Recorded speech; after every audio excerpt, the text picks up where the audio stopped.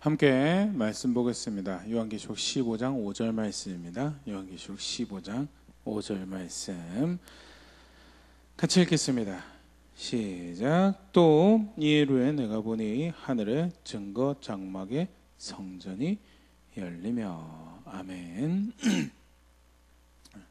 요한계시록 우리 계속 함께 살펴보고 있는데요. 오늘은 15장 5절에서 8절 말씀 함께 생각해 보도록 하겠습니다. 15장 5절에서 15장에 오면 들어오면 이제 16장의 내용을 이제 준비하는 내용이 등장을 하죠. 더불어서 12장에서 14장의 내용을 정리하는 내용도 이제 포함이 되고요. 붉은 용으로 표현되는 사단과 그리고 그와 연합하는 짐승, 적그리스도 역전자들이 하나님 백성을 핍박하고 세상을 어지럽히고 미혹하며 그들의 권세로 하나님을 대적하는 그런 것을 서슴없이 행하는 그런 시대이지만 동시에 어린 양과 시온산에 선 어린 양과 함께하는 14만 4천이 세워지는 그런 시대이며, 그것은 이제 다르게 표현하면 영원한 복음이 선언되어지는 시기고 바벨론이 무너지는 시기고 짐승의 표를 받은 사람들이 심판을 받는 고통을 당하는 그런 시기이며, 나아가 성도의 인내가 고백되어지는 그런 시기이고 하나님 백성이 수확되는 시기인 동시에 포도주, 진노의 포도주 틀에 던져질 이들이 수확되어지는 그런 시기다라는 것이 이제 14장, 12장, 13장에 이제 설명이 되지 마지막 때의 모습이죠. 그러면서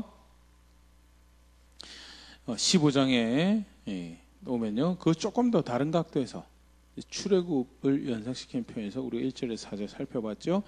그래서 새로운 출애굽, 하나님께서 행하신 이 놀라운 일은 두렵고 떨리는 그런 일이기도 하지만 동시에 그것은 그를 따르는 신실한 자들에 향한 구원의 역사인 것이다 라는 것이, 그래서 불이 섞이 유리바다로 표현되지는 일종의 하나님 심판의 모습이죠. 그리고 그 바닷가에 선 이들의 노래로 신앙으로 이제 이렇게 15장 1절 4절이 표현되고 난 다음에 5절에서 8절은 함께 오늘 살펴보고 5절에서 8절은 이제 16절부터 등장하는 마지막 재앙, 7대접의 재앙을 준비하는 모습이 이렇게 쭉 소개되어지는데요.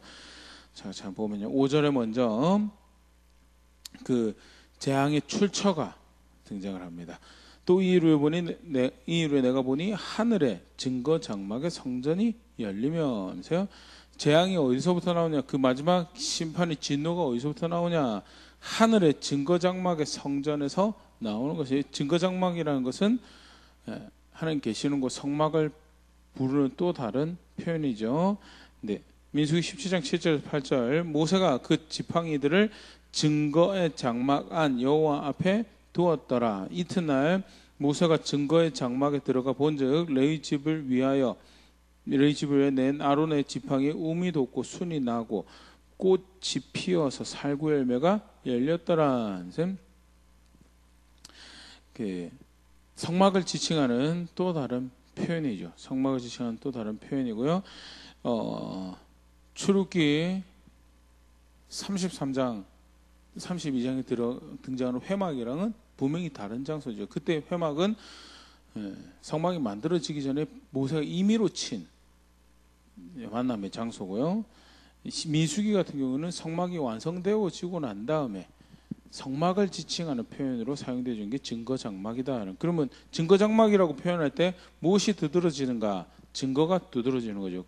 뭐가 증거냐라고 할 때 하나님 말씀을 증거라고 해요. 그것을 담은 그릇을 증거궤라고 부르는 것이 또 성경에 사용되는 표현이죠. 출애굽기 25장 22절 거기서 내가 너와 만나고 속죄소 위 곧 증거궤 위에 있는 두 그룹 사이에서 내가 이스라엘 자손을 위하여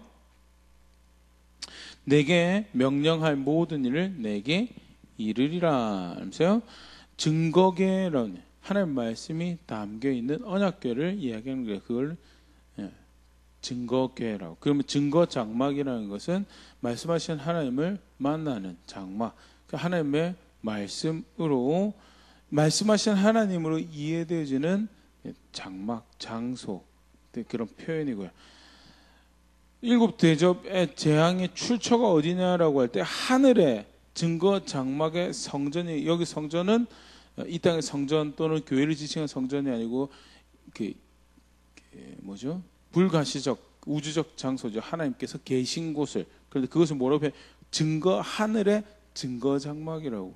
출처가, 재앙의 출처가 하나님이신데 그분이 뭐 하시는 분이냐? 말씀하시는 분이시고, 결국 이 대접의 심판이 무엇으로 이루어지는가? 하나님 말씀으로 이루어지는, 무엇이 기준으로 집행되어지는가? 하나님 말씀으로 기준이 되어서 집행되어지는 심판인 것에 대해서 다시 한번 분명히 보여주는 모습이고요. 사실 사소한 표현이긴 하지만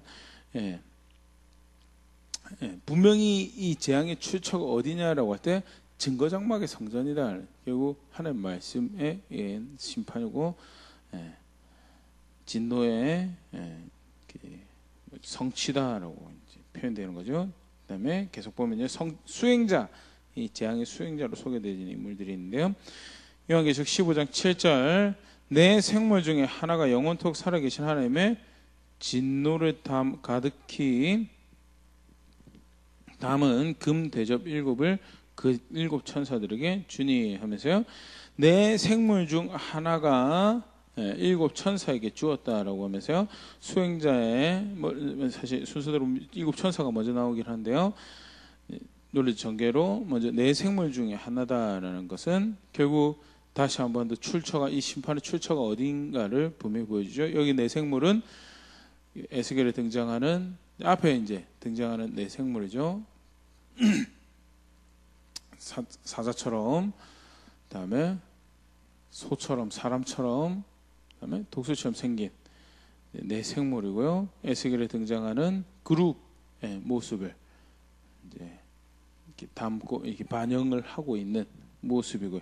실제로 솔로몬 성전에 보면 그룹이 총 4개가 있었다라는 게 이제 등장을 하는데요.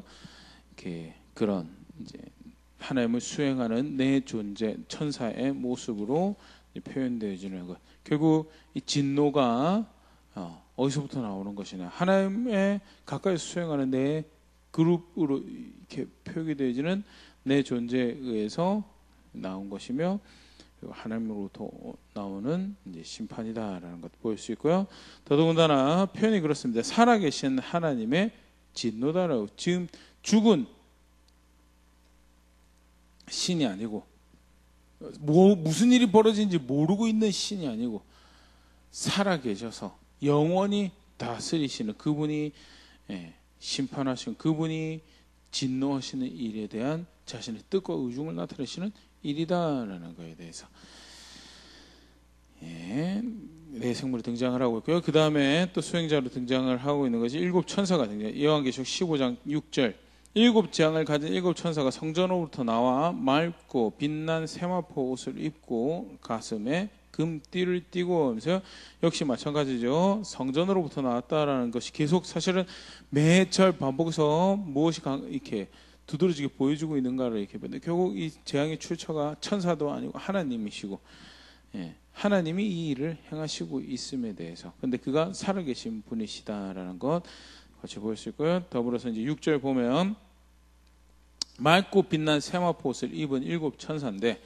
맑고 빛난 세마포 옷이 무엇을 의미하는가라고 할 때 요한계시록 안에서 요한계시록 19장 8절 보면, 그에게 빛나고 깨끗한 세마포 옷을 입도록 허락하셨으니 이 세마포 옷은 성도들의 옳은 행실이로다 하더라 하면서요. 의롭게 여겨진 백성이, 거룩하게 여겨진 백성이 실제로 그 의로움을 살았을 때 준비한 옷, 그 거룩함을 살았을 때 준비한 옷, 그 옳은 행실로 준비한 거룩하고 의로운 옷을 지칭하는 표현이 뭐냐? 맑고 빛난 세마포 옷이다. 그래서 천사가 맑고 빛난 세마포 옷을 입었다라는 것은 그의 행실이 의롭다 거룩하다라는 뭐 그런 표현 되겠지만요, 그가 특별히 이 장면에서 그가 집행하는 이 심판이, 하나님의 진노를 부으시는 이 대접, 이 심판이 무엇을 그것은 의롭고 거룩한 심판이다라는 것. 지난 시간에도 그런 표현들 살펴봤잖아요. 그냥 이 진노다라고 할 때 이 표현 자체가 가지고 있는 게 막 감정에 막 치우쳐가지고 의로운 것도 없고 기준도 없고 막 자기가 하고 싶은 대로 해치워버리는 그런 표현으로 이제 보기가 쉬운데 절대 아니다. 의롭고 거룩한 수행 그렇게 이렇게 표현되어지는 수행자에서 천사에서 집행되어지는 하나님의 진노이며 따라서 그것은 의롭고 거룩한 하나님의 심판이다라는 것. 더불어서 이제 가슴에 세마포 쓰고 가슴에 금띠를 띄었다라는 것은 구약의 제사장의 복장과 굉장히 이렇게 비슷한 유사한 모습을 이렇게 보여주고 있죠. 출애굽기 28장 29절 보면 아론이 성소에 들어갈 때 이스라엘 아들의 이름을 기록한 이 판결 흉패를 가슴에 붙여 여호와 앞에 영원한 기념을 삼을 것이며 제사장이 옷 제사장 복장을 하고 그 금띠로 이제 에봇에 금띠도 있고 또 판결 흉패도 붙이고 해서 가는데 결국 그렇게 해서 하나님의 뜻을 아는 거죠. 선과 악의 기준을 하나님을 통해서 이제 하나님 가까이 섬기는 이 복장이기도 하지만 더불어서 그렇게 하나님 가까이 나가서 하나님 기준을 집행하는 그런 자리에 있는 사람의 모습이 사실 이제 연상되어지는 표현이고 천사가 나가서 하는 일이 뭐냐? 하나님의 기준을 따라 선과 악을 펼쳐가는 그 일을 할 것에 대해서 빛난 세마포가 가슴에 금띠를 띄었다라는 것으로 그렇게 표현되어지고 있죠. 계속해서 살펴보면요, 이제 그 수행자가 가지고 있는 그 진노를 담은 그릇이 이렇게 표현되어 있습니다. 그게 이제 7절에 본데요. 하나님의 진노를 가득히 담은 금 대접 7이라고 등장을 하는데 이 금 대접이 사실 굉장히 흥미로운 그런 표현인 게요. 두 번의 이제 죄송합니다. 이 두 번이 아니고 먼저 번에 요한계시록 5장 8절에 보면요. 이 금 대접에 뭐가 담겨 있었냐면 성도의 기도가 담겨. 그 두루마리를 취하심에 내 생물과 24장로들이 그 어린 양 앞에 엎드려 각각 검은고와 향이 가득한 금 대접을 가졌으니 이 향은 성도의 기도들이라. 그래서 그냥 성전의 집기를 연상하게 하는 금 대접이니까 뭐 기도도 담았다가 진노도 담았다가 하는 모양이다. 뭐 그렇게 보일 수도 있지만요.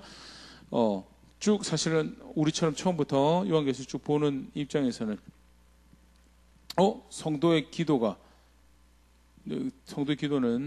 그냥 아무런 기도 아니겠죠. 하나님 나라 예수님 가르쳐 주셨던 기도라고 불려질 수 있는 기도, 하나님 뜻이 이루어지고 하나님 나라에 임해달라는 그 기도를 의미하는 것일 거고요.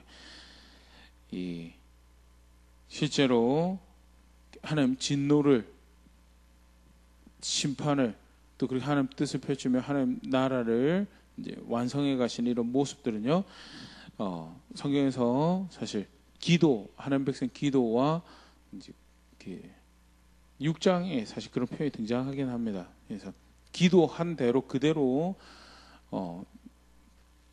우리 원수를 갚아주세요, 신원해주세요라고 6장에 이제 5번째 인이 떼어질 때 그런 이 성도의 기도가 등장을 하죠. 우리 피를 갚아주지 않으니까 언제까지 그렇게 하실 겁니까?라고 이제 이야기할 때, 야, 그건 내가 정하는 거다라고 쉬고 있으라라고 이제 그런 이야기가 이제 등장을 하는데요. 기도하는 것, 백성이 청원한 그걸 낱낱이 다 이제 그 문자 그대로 막 이루고 계시는 그런 심판을 하는 것은 절대 아닌, 그것을 펼쳐가시는 것은 철저하게 하나님이 주권을 가지신 분, 하나님 결정하시는 거죠. 그럼에도 불구하고 그 뜻을 펼쳐가는 것에 있어서 한 백성 기도를 들으시고 그것을 받으시는 모습들이 계속해서 이렇게 요한계시록 안에 표현이 되어지고 있고요. 그런 측면에서 기도도 금대접으로 받으셨는데 진노가 금대접에 담겨서 나간다는 것은 그 관련성을 다시 한번 이제 보는 그런 표현이 되는 거죠. 요한계시록 8장 1절에서 4절도 일곱 번째 인을 떼실 때 장면을 보면요, 일곱째 인을 떼실 때 하늘이 반 시간쯤 고요하더니 내가 보매 하나님 앞에 일곱 천사가 서 있어 일곱 나팔을 받았더라. 반 시간쯤 고요한다는 건 큰 일이 있기 전에 이제 일종의 폭풍 전야 같은 그런 표현이고요. 그러면서 일곱 인의 내용인 일곱 나팔로 등장을 하죠. 그런데 일곱 나팔이 불려지기 앞서서 뭐 어떤 표현이 기록되어 있느냐, 3절을 보면 또 다른 천사가 와서 제단 곁에 서서 금향로를 가지고 많은 향을 받았으니 이는 모든 성도의 기도와 합하여 보좌 앞에 금 제단에 드리고자 함이라. 향연이 성도의 기도와 함께 천사의 손으로부터 하나님 앞으로 올라가는지라. 성도의 기도가 제사의 향처럼 하나님께 드려지는, 받아들여지는 그런 모습이 일곱 나팔이 불려지기 전에 등장을 하고 있고요. 이러한 정황들이 성도의 기도를 받으시며 하나님의 뜻을 펼쳐가는, 그렇게 하나님 나라를 완성해가는 그런 하나님의 모습을 이제 나타내고 있으면서 오늘 본문의 표현의 금 대적도 이러한 연관성 안에서 다시 보일 수 있는 그런 장면이죠. 계속해서 보면요, 그러면서 이제 하나님의 영광을 이제 나타내십니다. 그래서 요한계시록 15장 8절 보면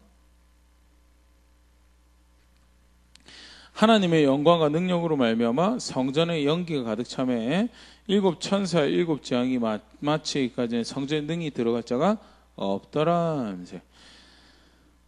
이 구약에 사실 이제 등장했던 표현이죠. 구름처럼 연기처럼 하나님께서 하나님의 영광과 능력을 나타내시는 대표적인 장면이 이제 성막과 성전이 완공되었을 때 이제 봉헌식에서 이제 등장하는 표현인데요. 출애굽기 40장 34절 35절 보면 구름이 회막에 덮이고 여호와의 영광이 성막에 충만하며 모세가 회막에 들어갈 수 없었으니 이는 구름이 회막 위에 덮이고 여호와의 영광이 성막에 충만함이었으면. 이 40장에 굉장히 반복되면서 강조된 문구가 하나 있죠. 여호와께서 명령하신 대로 그대로 다 되었다라. 여호와께서 명하신 그대로 다 되었다라. 여호와께서 모세에게 명하신 그대로 다 되었더라라는 것이 반복이 되어 쭉 나오면서 그 말씀하신 대로 하나님 의도하신 대로 성막이 그렇게 만들어지고 나서 그것이 이제 우리가 이것을 하나님께서 우리 가운데 거하신 곳으로 여기며 우리 성막으로 여깁니다라고 그렇게 봉헌한 완공되어서 그렇게 예식이 집행될 때 하나님이 거기에 충만하게 임하시죠. 구름이 회막이 덮고 여호와의 영광이 성막에 충만하며 모세가 회막에 들어갈 수 없었다. 왜? 구름이 회막이 덮고 여호와의 영광이 성막에 충만해서 대표적인 표현으로는 하나님께서 그것을 기뻐 받으시는 표현이고 거기 거하시는 이 심에 대해서 또 굉장히 특별한 방법으로 나타내시는 거죠. 근데 심판을 행하시는데 심판에 출처가 돼 심판이 거기서부터 명령되어지고 그것 수행하는 천사들 거기서부터 나와가지고 그것 뜻을 펼쳐가려고 하는데 정작 그 성전에 하나님의 영광이 자욱하게 연기가 자욱하게 가득 차 있어서 그 심판이 이제 다 끝나기 전까지는 성전에 능히 들어갈 자가 없다라고 그렇게 표현되어 지금 굉장히 사실 흥미로운 모습이죠. 역대하 5장 14절 솔로몬의 성전이 다 만들어지고 봉헌할 때도 제사장들이 그 구름으로 말미암아 능히 서서 섬기지 못하였으니 이는 여호와의 영광이 하나님 전에 가득함이었더라. 하나님이 이제 영광으로 구름으로 연기로 가득한 거기 임하셔서 제사장이 서서 섬기지 못할 만큼 감히 들어가 서서 섬기지 못할 만큼 하나님께서 그것을 기뻐 받으시는 모습으로 또 내가 거기 거하는 신이다라는 것을 보여주는 표현으로 그렇게 하셨죠. 무엇으로 이해할 수 있는가라고 할 때요, 이 심판이 다시 한 번 더 하나님께서 행하시는 일이다라는 것.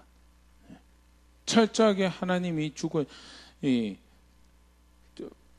요한계시록에도 그렇지만요, 요한이 천사의 영광을 보고도 영광스러운 장면들 앞에서 자기를 가해대준 천사 앞에 이제 무릎을 꿇으려고 하는 그런 장면들이 두 번이 등장을 하죠. 근데 경배를 받아야 할 대상이 절대 아니다라고 주도적으로 이 일을 해가는 계획도 그렇고 뜻을 펼쳐가는 능력도 그렇고 지혜도 그렇고 천사는 수행자일 뿐이지 누가 실제로 자신의 영광을 드러내고 있는 일인가라고 할 때 하나님께서 그 일을 행하시는 일이다라는 것. 그런 측면에서 성전에 들어갈 자가 없을 만큼 들어갈 수 있는 자가 없을 만큼 하나님이 거기에 가득하게 임하시는 모습 보일 수 있고요.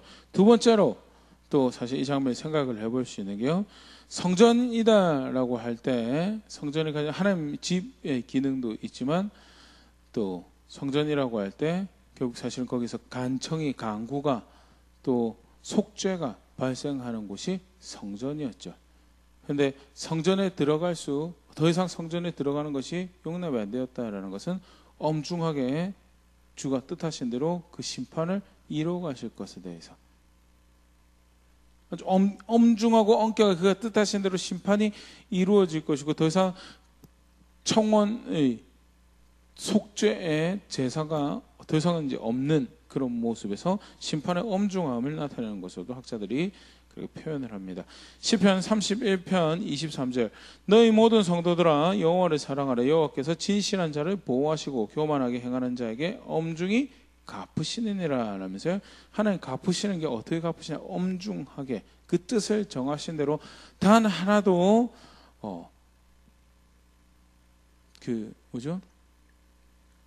더하거나 빼는 것 없이 원칙하신 정하신 뜻 그대로 엄중하게 심판하시고 갚으시는 분이신 그게 하나님 심판이고요. 오늘 본문에서도 그 전에 아무도 들어갈 수 없이 그 재앙이 끝나기까지는 아무도 들어갈 수 없었다라는 것은 철저히 그것이 하나님께로부터 시작되고 하나님에 의해서 마무리된 하나님의 일인 것을 보여주는 그렇게 하나님 영광이 자욱하게 임한 것도 보일 수 있지만 더불어서 엄중하게 그래서 이제 더 이상 노몰 간청 강구 그런 식으로 볼 수 있는 대목이죠. 로마서 11장 22절 그러므로 하나님의 인자하심과 준엄하심을 보라. 넘어지는 자들에게는 준엄하심이 있으니 너희가 만일 하나님의 인자하심에 머물러 있으면 그 인자가 너희에게 있으리라. 그렇지 않으면 너희도 찍히는 바 되리라. 은혜의 복음 받았다고 한 교회죠. 그럼에도 불구하고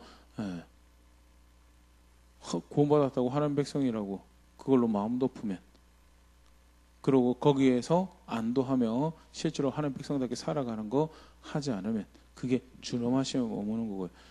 교회가 그런 어리석은 선택을 한다면 너희 역시 어리석은 선택을 해서 찍혀나간 본백성처럼 너희도 찍혀나갈 것이다.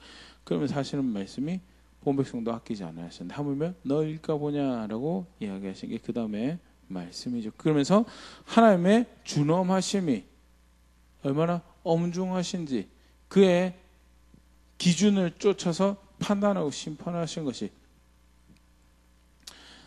바울의 표현은 그렇죠. 그들이 열심은 있는데 하나님 의에 순종하지 굴복하지 않아서 이 꼴이 났다라고. 굴복하고 순종해야 될 기준이 분명히 있는데 그렇지 않았을 경우에 그 기준을 따라서 엄중함을 묻는 그 책임을 묻는 것이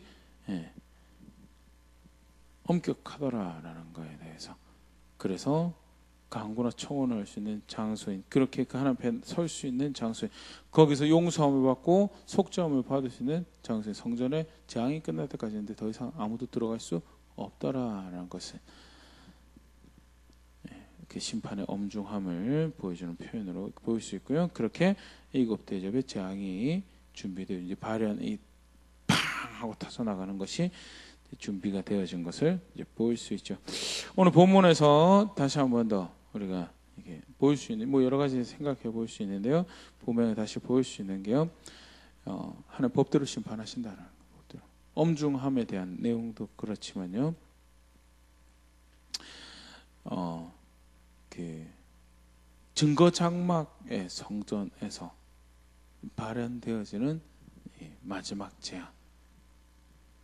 일곱 금 대접의 재앙이다라고 법대로 결국 심판하신 그 수행하는 이들이 의로움의 옷을 입고 거룩함의 옷을 입고 수행한다는 사실 자체도 감정에 치우쳐서 막 마음대로 횡포 부리는 그런 심판이 아니라 실제로 사실은 이 끔찍한 장면들을 묘사해서 그렇게도 느껴지시면 절대 그게 아닌, 철저하게 법대로 심판하시는 분이시고, 그래서 우리가 안도할 수 있는 것도 그 법 안에 있을 때 안도할 수 있는 것이며, 법 따라갈 때 안도할 수 있는 것임에 대해서 다시 한번 더 분명히 간접적으로 교회에 도전하고 있죠. 간단히 다시 한번 살펴보면요, 로마서 2장에 사실 그 부분을 굉장히 잘 바울이 이제 표현을 하고 있는데요. 하나님의 심판은 어떤 심판이, 로마서 2장 2절, 이런 일을 행하는 자에게 하나님의 심판이 진리대로 되는 줄 우리가 아노라. 하나님의 심판은 어떤 심판이야? 항상 늘 언제나 진리대로 되는 심판이다. 이때 내가 봐줄게. 너무하지 않냐고 또 봐줬는데 지금은 절대 그 하나님의 심판은 언제나 진리대로. 그래서 하나님의 판단은 아무리 그가 은혜로우시고 자비로우신 분, 또한 동시에 그가 의로우신 분이시고 공평하신 분이시고, 항상 그의 심판은, 판단은 하나님의 말씀을 따라 집행되어야 된다. 실제로 진리대로 심판되어진다는 것은 또 무엇을 의미하느냐? 로마서 2장 6절, 하나님께서 각 사람이 그 행한 대로 보응하시되, 그래서 진리를 따라 사는지 안 사는지로 심판하신다는, 행한 대로, 그들이 행한 대로 공정하게 진리를, 기준을 따라서 그들의 행한 대로 보응하신다. 그래서 철저하게 그것을 갚으신, 행한 대로 진리를 따라 법대로 갚으신다라는 것. 세 번째, 그렇기 때문에 외모로 취하지 않으신다는, 로마서 2장 11절, 이는 하나님께서 외모로 사람을 취하지 아니하심이라. 대통령인데 또는 이런 업적을 했는데 또 이런 것들을 만들었는데 이만큼 제가 기부했는데 뭐 했냐라는 거예요. 뭐 했냐, 법을 따라서 뭐 했냐라는.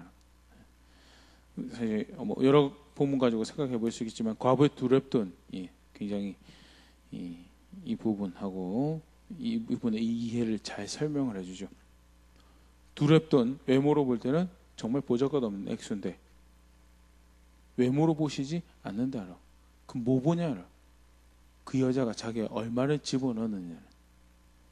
그 두렵돈, 예수님 그렇게 표현해요. 그 두렵돈은 그 과부의 전부였다라. 수억을 내놓아도 그 전부가 아니면 두렵돈이 더 크다라. 왜? 외모로 보시지 않기 때문에.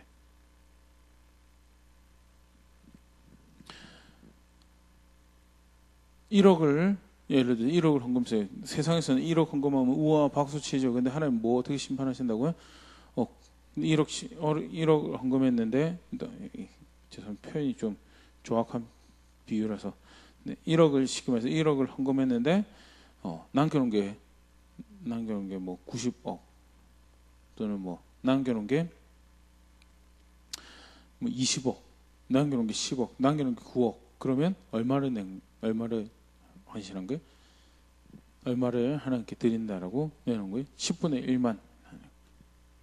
10분의 1도 훌륭하죠. 10분의 1도 훌륭한데, 그런데 하나님 그걸 뭐라고 이야기하냐면, 야, 이렇게 했네라고 안 보고요, 10분의 1 했네라고 보실 거다라는, 외모로 취하지 않을 거다라는 것.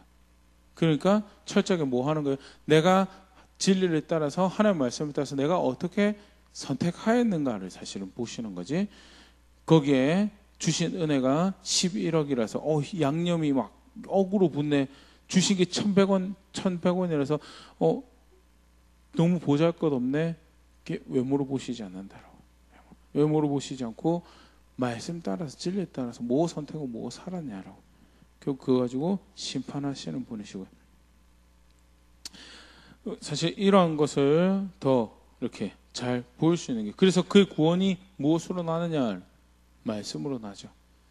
무엇으로 구원하시느냐? 말씀으로 구원하죠. 그래서 복음이다라고 오신 예수님도 고린도전서 표현하면 말씀대로 오셔서 말씀대로 죽으시고 말씀대로 살아나신 예수님이다. 철저하게 하나님 백성은 심판하시는 하나님 앞에 살아간다. 그 옳고 그름 평가하시는 하나님 앞에 살아간다라고 할 때 무엇을 가지고 살아가는 건가? 말씀 가지고. 결국 그분이 내 신앙을 보실 때도 뭘 가지고 신앙 본다는, 내가 말씀 얼마나 따르고 있느냐. 결국에 그게 사실은 요한계시록 굉장히 반복이 많이 되고 있죠. 요한복음에도 그렇고요. 다시 한 번 더 그런 부분 볼 수 있는 내용. 어떤 분이신데 심판하신 하나님이 하늘의 증거 장막의 성전에 계시는 분이, 그분은 말씀하시는 분이시며 말씀 따라서 심판하시는 분이시고 갚으시는 분이시다라는 것.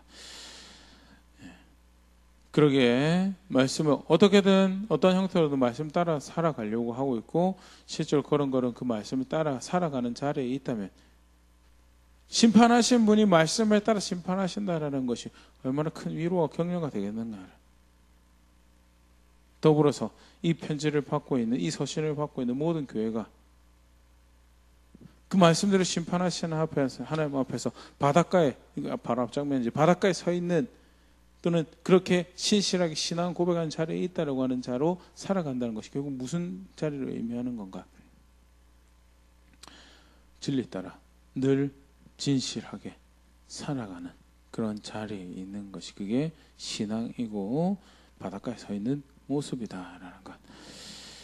간단하게 다시 요한계시록 15장 5절에서 8절 말씀, 이 7대접 재앙을 준비하는 장면을 함께 살펴봤는데요. 최후 심판만 그런 게 아니고요. 마지막 때 하나님 나라를 세워가시며 멸망받아야 될 것들을 무너뜨리시고 엎으시는 그런 장면들 가운데 무엇이 하나님 앞에서 가치를 가지는 선택의 고백인가, 다시 한번 더 돌아볼 수 있으면 좋을 것 같고요. 법대로 심판하시는 하나님이라는 성경에 굉장히 중요한 사실이죠. 그가 말씀하시는 분이시고 말씀대로 판단하시는 분이시고 심판하신 분이시다라는 것, 격려가 되는, 도전이 되는 그런 자리에 있으며 시절 걸음걸음 그렇게 하나님 향해 옮겨갈 수 있는 그런 우리가 될 수 있으면 좋을 것 같습니다.